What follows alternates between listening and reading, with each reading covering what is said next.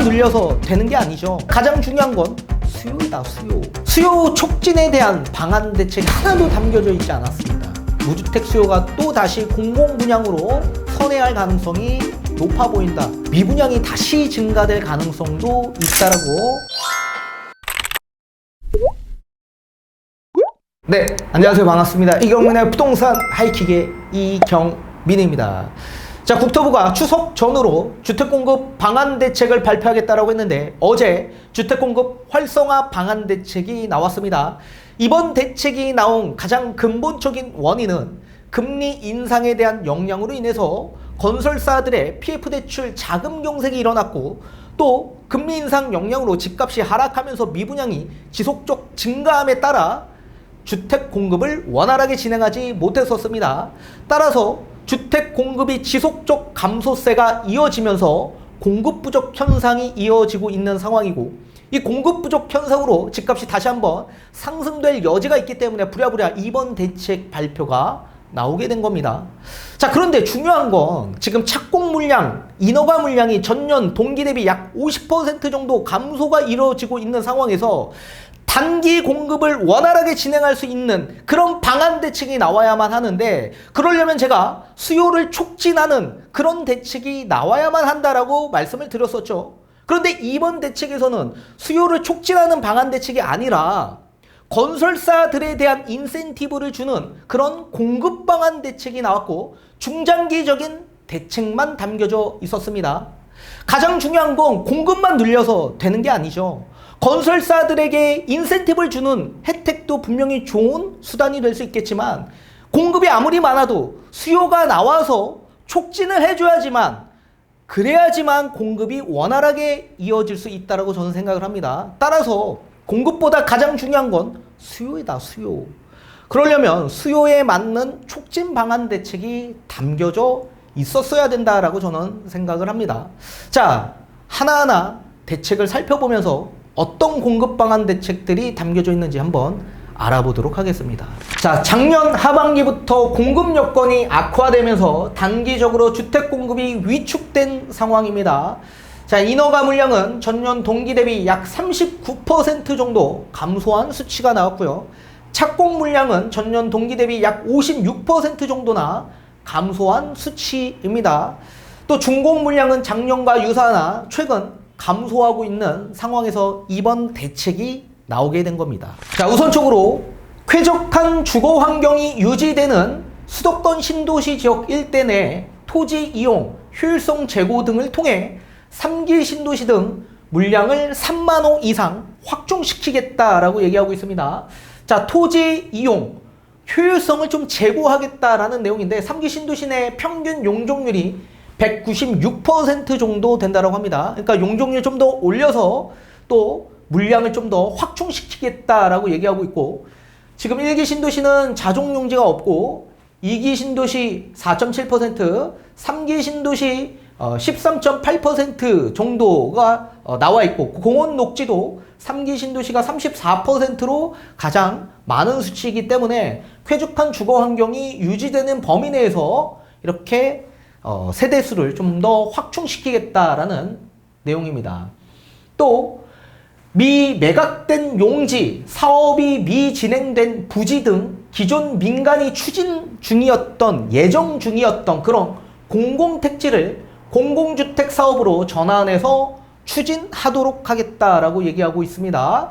또한 신규 택지, 공공택지 물량 확대 등 그리고 후보지 발표를 좀 조기화하면서 물량을 좀 확대시키겠다라고 얘기하고 있습니다.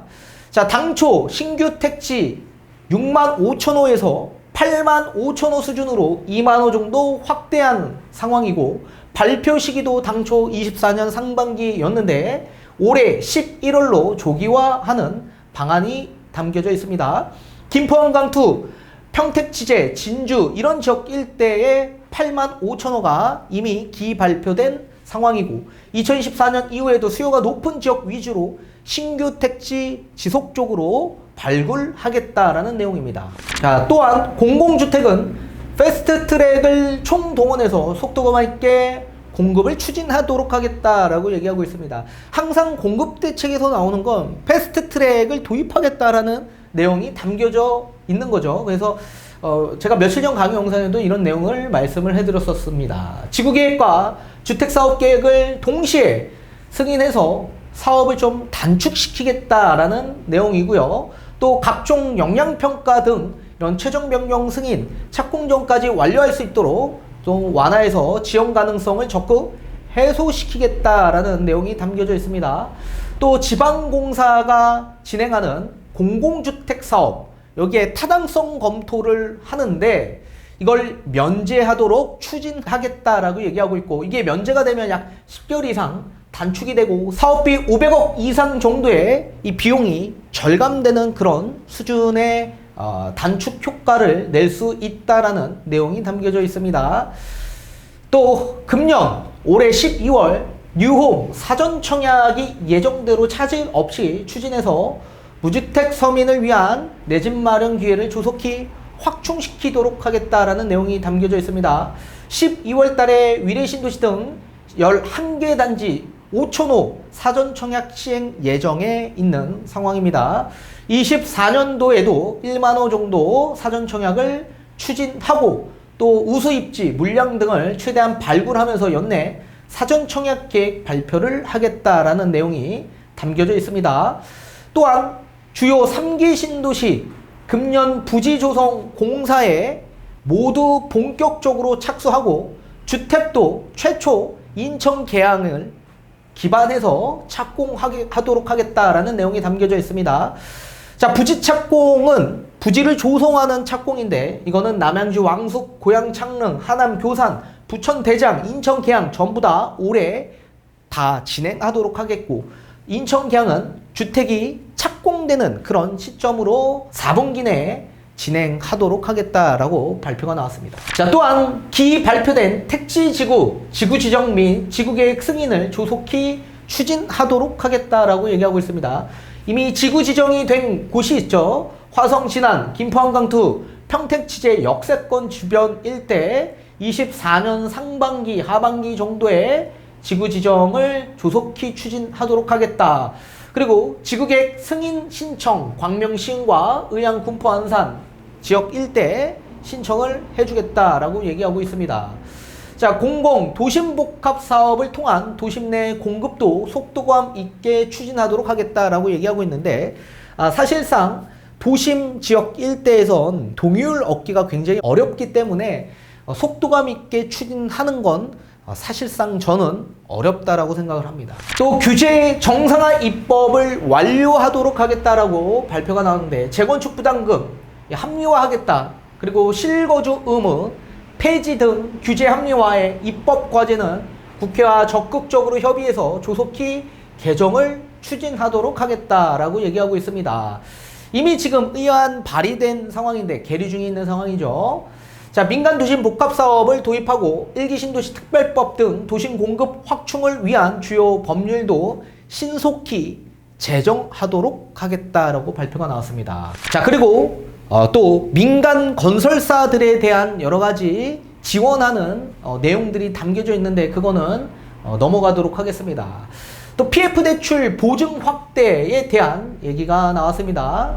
정상 사업장이 원활하게 자금을 조달할 수 있도록 공적 보증기관 허그 주택금융공사의 보증 규모를 확대하고 심사 기준 등을 대폭 개선하도록 하겠다. 그래서 PF 대출 보증 규모를 15조 원에서 25조 원으로 확대하고요. 대출 한도도 확대하겠다. 그래서 사업자의 추가 자금 확보를 좀 지원하도록 하겠다라고 얘기가 나왔습니다.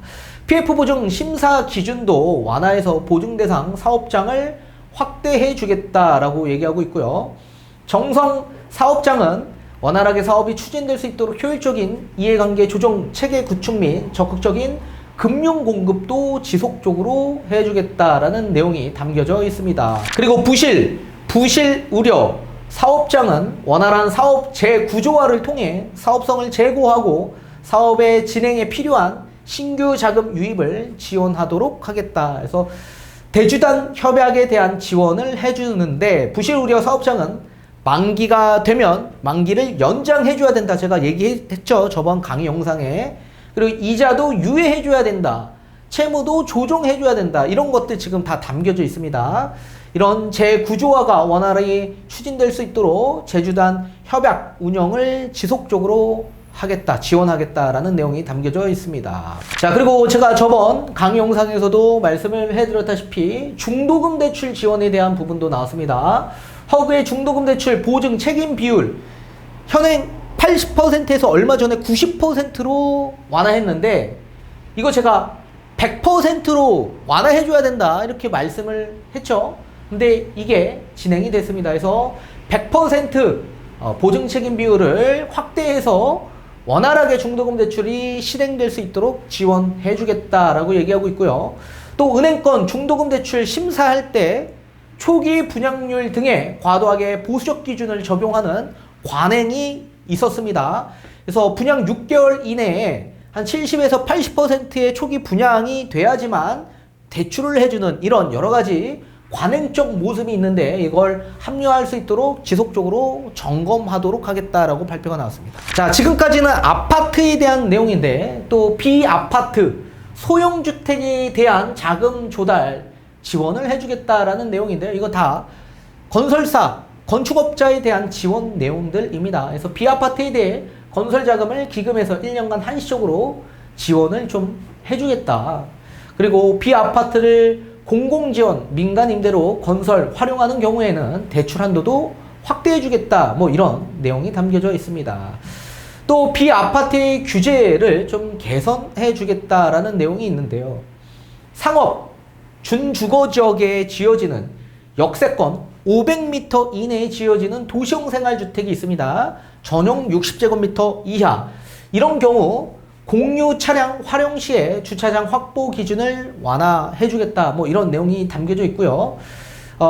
예컨대 20% 이상 공유 차량 전용으로 확보할 경우에 이런 주차 세대수를 좀 더 완화해주겠다라는 내용이 담겨져 있는데, 우리 뭐 카세어링 같은 경우 뭐 시간당 우리가 차를 좀 빌려서 타는 그런 공유 시스템이 있습니다. 그런 것들 공유 차량 같은 경우에는 주차 시설이 좀 확보가 돼야 되는데 그런 것들 역세권 주변에 이렇게 확보를 해주면 세대당 0.6대가 아니라 0.4대로 완화해 주겠다.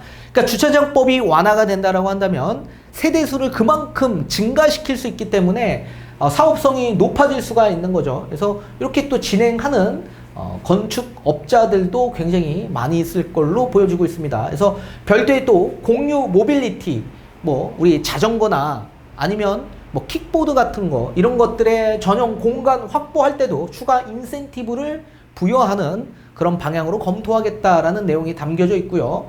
또 청약 무주택 간주 기준을 확대해 주겠다라고 얘기가 나왔습니다. 우리 청약할 때는 무주택자에 한해서만 청약이 되죠. 근데 1주택자도 청약을 할 수가 있습니다. 무주택으로 간주하고. 자, 다만 그 조건이 있는데 소형주택 기준에 대한 조건은 전용 60제곱미터 이하 1주택자, 그것도 소형주택에 한해서, 그리고 공시가격도 수도권은 1억 3천만 원 이하, 지방 같은 경우는 8천만 원 이하에 해당되는 소형주택, 그런 경우에는 1주택자도 무주택으로 간주하고 청약에 도전할 수 있습니다. 자, 그런데 이거를 적용 범위를 확대해 주겠다라고 얘기하고 있습니다. 그래서 수도권은 1억 3천만 원, 이걸 1억 6천만 원으로 확대해 주고 지방은 8천만 원을 1억 원으로 확대해 주겠다라고 얘기하고 있고요. 민영주택 일반 공급만 할 수 있었는데 공공주택 그리고 특별 공급까지도 함께 할 수 있도록 해주겠다라는 내용입니다. 근데 서울에서 보면 공시가격 1억 3천, 1억 6천 이하에 있는 소형주택이 어디 있습니까 지금? 그죠? 그래서 대다수 지방적 일대 위주로 혜택을 볼 수 있을 거다, 그렇게 보여주고 있습니다. 자, 그리고 공사비 분쟁을 제도적으로 좀 예방하고 조기 해소하는 장치도 마련하겠다, 뭐 이런 내용이 있습니다. 그래서 공사비 증액 기준 등 필수 사항이 반영되는 표준계약서를 마련을 해서 좀 계약서에 대해서 명확히 하겠다. 그래서 분쟁 없이 아예 표준계약서를 마련을 그렇게 하겠다라는 내용이고요. 또 공사비 검증 의뢰에 대한 제도를 좀 더 강화하고 전문가를 파견하고 협의체도 구성하고 분쟁조정위원회에 대한 심사와 조정도 함께 볼 수 있도록 이런 프로세스를 만들겠다라는 내용이고요. 또 상가와 주택 소유자에 대한 분쟁, 상가는 지분 쪼개기로 인한 분쟁과 투기 방지를 위해 상가도 주택과 동일하게 지분 쪼개기에 대한 제한법을 지금 의안 발의된 상황입니다. 현재 주택 같은 경우에는 지자체장이 고시한 날을 기준해서 권리 산정일이 마련됩니다. 근데 상가는 그 기준점이 없어요. 그래서 도시미 주거환경 정비법에 대한 법안이 지금 발의가 되어 있는 상황입니다. 그래서 이제 앞으로 지분 쪼개기 상가에서도 쉽게 하지 못하도록 만들어 놓은 조치라고 보시면 될 것 같습니다. 그래서 이런 조치를 만들어야지만 지연되지 않고 빠르게 추진될 수 있도록 그런 법 제도를 만들겠다라는 내용이라고 보시면 좋을 것 같습니다. 또 도심 수요에 신속 대응 가능한 소규모 정비 사업의 사업성을 좀 보완하도록 하겠다. 기부 체납 부지는 면적 요건, 보통 재개발의 면적 요건은 1만 제곱미터 이하이죠. 여기에서 제외하도록 하겠다. 그러면 기부 체납 부지는 포함이 되지 않다 보니까 더 면적 기준을 확대시킬 수가 있는 거죠. 그리고 소규모 관리 지역에서 공공이 참여해서 연접한 구역을 통합적으로 이렇게 재개발을 시행할 경우 최대 면적 기준을 현행 2만 제곱미터에서 4만 제곱미터 이하로 완화하도록 하겠다. 이렇게 완화가 되면 사업성이 조금 더 좋아질 수가 있는 거죠. 또 기금융자에 대한 부분도 차질 없이 지원하도록 하겠다. 뭐 이런 내용이 담겨져 있습니다. 자, 이렇게 보시다시피 지금 중장기적인 플랜에 대한 그리고 건설사들에 대한 지원에 대한 부분의 대책 발표였다라고 보셔야 됩니다. 수요 촉진에 대한 방안 대책이 하나도 담겨져 있지 않았습니다. 수요 촉진이 되지 않는다면 공급, 건설사들에 대한 인센티브가 아무리 확대가 된다라고 하더라도 공급은 원활하게 되기가 어렵겠죠. 수요가 받쳐줘야지만 공급이 진행될 수 있기 때문에 그렇습니다. 그리고 앞에서 본 것과 같이 3기 신도시 그리고 또 여러 가지의 사전 청약에 대한 부분이 발표가 되었습니다. 이건 제가 2020년도부터 시작해서 주택 가격의 하락의 가장 큰 요인 중 하나는 사전 청약이 될 수 있다라고 제가 부동산 전망 강의 영상에서 말씀을 드렸는데 그런 사전 청약에 대한 부분의 제도가 또 발표가 되었었죠. 지금 민간 분양 아파트에서 분양 가격이 계속 높아짐에 따라 공공 분양으로 전환하는 무주택 수요가 앞으로 더 증가할 거다라고 제가 또 며칠 전 강의 영상에서 말씀을 드렸었죠. 또 그런 경우 지금 이런 공급 방안 대책에 무주택 수요가 또 다시 공공 분양으로 선회할 가능성이 높아 보인다. 그렇게 또 중장기적으로 생각을 합니다. 자, 그렇게 된다면 또 다시 시장 상황이 어려워진다라고 한다면 미분양이 다시 증가될 가능성도 있다라고 저번 시간에 강조했었죠. 아무튼 지금 단기간 내에 주택 공급 부족 현상에 대한 부분의 대책은 아니었다라고 판단을 합니다.